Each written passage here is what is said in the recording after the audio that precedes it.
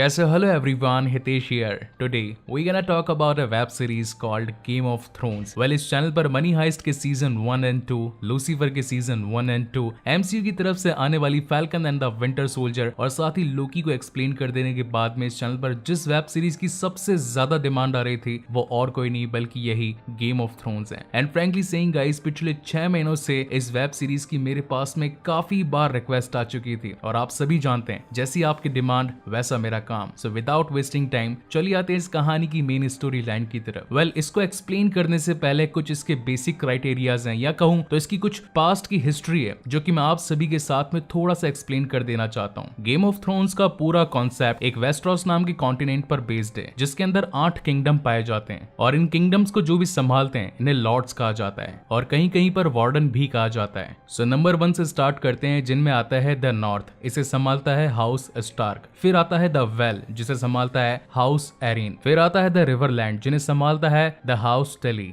फिर वेस्टरलैंड जिन्हें संभालते हैं हाउस लैनिस्टर। फिर आते हैं द रिच यानी कि हाउस टाइलर। फिर आते हैं स्ट्रॉमलैंड जिन्हें संभालते हैं द हाउस बेराथियन। और फिर लास्ट में आते हैं डोरन जिन्हें संभालते हैं हाउस मार्टेल। मगर इन सभी किंगडम्स की एक कैपिटल भी है जिसे कि किंग लैंगडिंग्स कहा जाता है जिसको संभालता है यहाँ का राजा रॉबर्ट बेराथियन। वेल, यहाँ पर इनके अलावा एक टारगेरियन हाउस भी है जो कि इनसे थोड़ा सा डिफरेंट है जिसके बारे में मैं आपको आगे इस कहानी में बताऊंगा। किंग रॉबर्ट से पहले एरिस 2 नाम का एक राजा था जिसे कि मैट किंग के नाम से भी जाना जाता था। इसके 3 बच्चे थे, रेगार, विसेरिस और डेनेरिस। जब मैट किंग के ऊपर जैमी लैनिस्टर ने हमला किया तो वहां से अपनी सत्ता को बचाने के लिए इन तीनों ही बच्चों को इस कॉन्टिनेंट से बाहर भेज दिया गया जिसका नाम था पेंटोस, जो कि हमें आगे इस कहानी में दिखाई जाएगी। यहाँ पर रेगार रॉबर्ट बेराथियन के थ्रू मारा जाता है और यही रीजन होता है कि अब उस किंग की कुर्सी पर यानी कि गेम ऑफ थ्रोन्स पर बैठ चुके होते हैं रॉबर्ट बेराथियन। बेसिकली एक छोटी सी हिस्ट्री थी जो कि इसके फर्स्ट एपिसोड को समझने के लिए नेसेसरी थी। वेल, यहाँ पर एक चीज को और एक्सप्लेन कर देता हूँ जिसे कहा जाता है वॉल। ये वॉल 300 मील लंबी और साथ ही 700 फुट ऊंची है। ये दीवार वेस्टरॉस के सभी लोगों को वाइल्डलिंग्स और साथ ही व्हाइट वुल्फ से बचाने का काम करती है। यहाँ पर मौजूद लोगों को नाइट वॉच कहा जाता है। और साथ ही एक बात और बता दूं, नाइट वॉच में जो भी शामिल होता है उसे जिंदगी भर शादी कर दें या फिर रिश्ते बनाने की मनाही होती है। और अब इसी के साथ इसके सीजन 1 और एपिसोड 1 की कहानी की शुरुआत होती है जहाँ पर हमें काफी बड़ी यानी कि 700 फुट ऊंची व्हाइट वॉल दिखाई जाती है जहाँ पर 3 नाइट वॉच निकलकर बाहर पहरेदारी करने के लिए आए होते हैं। मगर तभी उनमें से एक जिसका नाम था वेल, उसे कटी हुई लाशें दिखती है। इस पूरे हत्याकांड को देखते हुए वहां से वेल अपने दोनों साथियों को बुलाने के लिए जाता है मगर उनका लीडर उसे पागल कह के वहां से जाने के लिए कह देता है और कह देता है कि डरने की क्या बात है। और वहां से वो तीनों जने सीधा उसी प्लेस पर पहुंचते हैं जहां वो सारी की सारी कटी हुई लाशें पड़ी थी। मगर जब तक वो वहां पर पहुंचे वहां से वो सारी लाशें गायब हो चुकी थी और तभी उनके पीछे कुछ ऐसे जीव जिन्हें हम कहते हैं व्हाइट वॉकर्स, वो उनके दोनों दोस्तों को जान से मार देते हैं और वहीं से विल अपनी जान बचाकर भागता है। बेसिकली व्हाइट वॉकर्स एक सुपर नेचुरल क्रीचर्स हैं जो कि आज से हजारों साल पहले ही खत्म हो चुके थे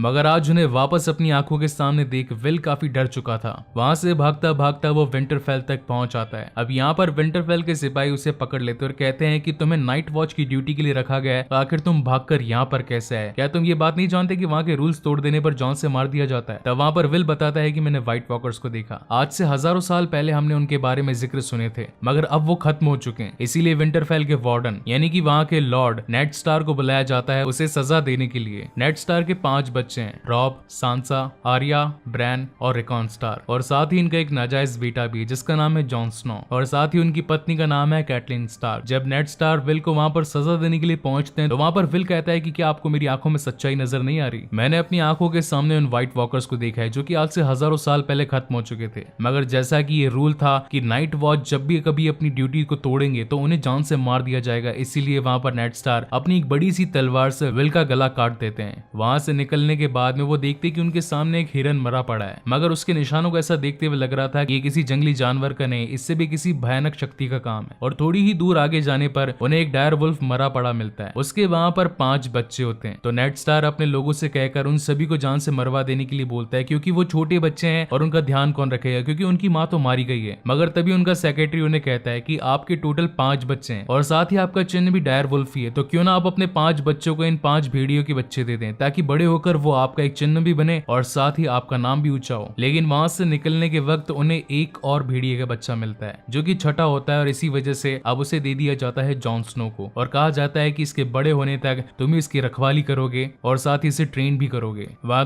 दूसरी ओर किंग्स लैंडिंग में, जो कि इन पूरे 8 किंगडम्स की सबसे बड़ी कैपिटल है, जिन्हें संभाल रहे होते हैं जॉन एरिन, हमें ये पता चलता है कि उनका देहांत हो चुका है। और साथ ही ये भी पता चलता है कि उनकी मौत के पीछे के गुनहगार और कोई नहीं बल्कि सर्सी लैनिस्टर और उनका ट्विन भाई जेमी लैनिस्टर शामिल है। जब ये मौत की खबर कैटलीन आकर नेड स्टार्क को देती है कि जॉन एरिन का देहांत हो चुका है, तो इस बात को सुनकर नेड स्टार्क काफी हताश होते हैं, क्योंकि एक टाइम था जब उन्होंने उन्हें लड़ने की शिक्षा दी थी। जॉन एरिन के मर जाने के बाद में किंग्स लैंडिंग के राजा यानी कि रॉबर्ट बेराथियन अपनी पूरी टीम के साथ में नेड स्टार से मिलने के लिए विंटरफेल आते हैं, जहां पर नेड स्टार का पूरा परिवार उनका स्वागत करता है। और साथ ही हमें यहाँ पर यह भी पता चलता है कि ये कभी एक टाइम पर दोनों काफी अच्छे दोस्त हुआ करते थे। यहाँ पर रॉबर्ट बेराथियन नेड स्टार से कहते हैं कि क्यों ना तुम मेरे राइट हैंड बन जाओ, क्योंकि मुझे एक सैनिक की जरूरत है और मैं किसी और पर विश्वास नहीं कर सकता, इसलिए तुम ही मेरे विश्वास पात्र इंसान हो, क्यों ना तुम मेरे साथ में वापस से किंग्स लैंडिंग चलो। इनकी चल रही इन बातों से हमें पता चलता है कि आयरन थ्रोन को जीतने के लिए नेड स्टार ने ही रॉबर्ट बेराथियन का साथ दिया था। यहाँ पर रॉबर्ट नेड स्टार को एक बात भी कहता है कि क्यों ना हमारी दोस्ती रिश्तेदारी में बदल जाए, तुम्हारी बेटी और साथ ही मेरे बेटी की शादी कैसी रहेगी। वहीं से सीन शिफ्ट होता है नैरो सी की तरफ, जहाँ पर हमें दिखाया जाता है पेंटोस। ये वही जगह होती है जहाँ पर हमें दिखाया जाता है वेसेरेस और डेनेरिस। ये दोनों ही मैड किंग के वो बच्चे थे जो कि अपनी सल्तनत पर हुए हमले के बाद में वहां से भाग चुके थे। विसेरिस अपनी बहन की शादी डॉर्थरा की लॉर्ड खाल रोगो से करवा देता है ताकि उसकी पूरी सेना उसके साथ में मिल जाए और वो वापस से अपनी सल्तनत यानी कि किंग्स लैंडिंग पर अपना दबदबा बना सके। खाल रोगो की ये खास बात थी कि उनके और साथ ही उनकी टीम के पास में एक चोटी हुआ करती थी और इनकी चोटी में लगी गांठें इस बात का सबूत थी कि आज तक इन्होंने इतनी लड़ाइयां जीती है। अगर किसी भी डॉथराकी की चोटी कटी हुई हो, इसका मतलब कि उसने कोई जंग हारी है। एक तरफ तो विंटरफेल के अंदर पूरी जगह जश्न का माहौल था, वहीं दूसरी तरफ जॉन स्नो अपनी तलवार की प्रैक्टिस कर रहा था। उसे तलवार की प्रैक्टिस करते हुए देख लेता है ट्रियन लैनिस्टर, जो कि जैमी लैनिस्टर का भाई होता है। अब यहाँ पर इन दोनों के बीच में काफी सैड कन्वर्सेशन होता है, जहाँ पर ये दोनों ही अपने आप को बास्टर्ड मानते हैं, क्योंकि एक तरफ तो जॉन स्नो जो कि नेड स्टार की नाजायज औलाद थी, वहीं पर ट्रियन लैनिस्टर जिसकी हाइट कम होने की वजह से आज तक उसे किसी ने राजा रानी होने का औहदा ही नहीं दिया। वहीं पर हमें इस कहानी में एक और नया कैरेक्टर दिखाया जाता है जिसका नाम होता है बेंजन, और वो नेड स्टार से आकर बात करता है और कहता है कि आज तुमने जिस शख्स को मारा था क्या उसकी आंखों में कोई डर था, क्योंकि वो एक नाइट वॉच था और वो अपनी ड्यूटी को छोड़कर वहां से भागा था। तो नेड स्टार्क उसे बताता है कि वो शख्स मरने से पहले कह रहा था कि उसने व्हाइट वॉकर्स को देखा है जो कि आज से हजारों साल पहले खत्म हो चुके थे। तो क्या उसकी बात में सच्चाई है या नहीं, ये तो आने वाला वक्त ही बताएगा। इसके बाद में हमें एक रात का सीन दिखाया जाता है जहाँ पर कैटलिन स्टार्क अपने पति नेड स्टार्क के साथ में होती है और तभी उसकी बहन लाइजा को उसके पास में एक खत आता है जिसके अंदर ये लिखा होता है कि जॉन एरिन का देहांत नहीं बल्कि उनका कत्ल हुआ है, जिसके पीछे शामिल हैं जिनी लैमिस्टर, और साथ ही ये भी कहती है कि रॉबर्ट बेराथियन भी खतरे में, इसलिए हो सके तो तुम्हारे पति को उनके साथ में मत भेजना वरना वो भी जान से मारे जाएंगे। और जैसे ये बात कैटलिन स्टार्क को पता चलती है तो वो इस चिट्ठी को जला देती है। वो नहीं चाहती थी कि ये बात किसी और को पता चले कि जॉन एरिन की डेथ में लैनिस्टर्स का ही हाथ था। यहाँ पर ल्यूविन जो कि विंटरफेल का मास्टर है, वो नेड स्टार्क को कहता है कि आपको उनके साथ में जाना ही चाहिए, क्योंकि वो इतनी दूर से आपके ऊपर विश्वास करके आए तो आपको उनका विश्वास नहीं तोड़ना चाहिए। वहीं अगले सीन में हमें दिखाए जाते हैं डॉथराकीज, जहाँ पर हमें खाल ड्रोगो और साथ ही डेनेरिस की शादी होते हुए दिखाई जाती है। वहाँ पर उन्हें शुभकामनाएं देने के लिए पहुंचते हैं सर जॉरम ऑरमोंट। वो उन्हें कुछ पुरानी चुटकुले और साथ ही इतिहास की किताबें देते हैं जो कि वेस्टरॉस कॉन्टिनेंट से रिलेटेड है। गेम ऑफ थ्रोन्स के पूरे सीजन में सर उन्हें कहा जाता है जो कि नाइट्स के हेड होते हैं, ऐसा उन्हें रेस्पेक्ट देने के लिए कहा जाता है। वहीं पर हमें दिखाया जाता है कि किंग्स लैंडिंग में जाने के लिए अब नेड स्टार और साथ ही उनकी पूरी टीम तैयार है। वहीं दूसरी ओर हम ये देख पाते हैं कि ब्रैन एक ऊंची सी मीनार के ऊपर चढ़ रहा होता है, जहाँ पर वो सर्सी और उसके जुड़वा भाई जेमी लैनिस्टर को सेक्स करता हुआ देख लेता है। अब यहाँ पर सर्सी नहीं चाहती थी कि ब्रैन जाकर ये सारी बातें अपने माता पिता को बता दे और हमारी सच्चाई सभी के सामने आ जाए, इसीलिए जेमी लैनिस्टर उसे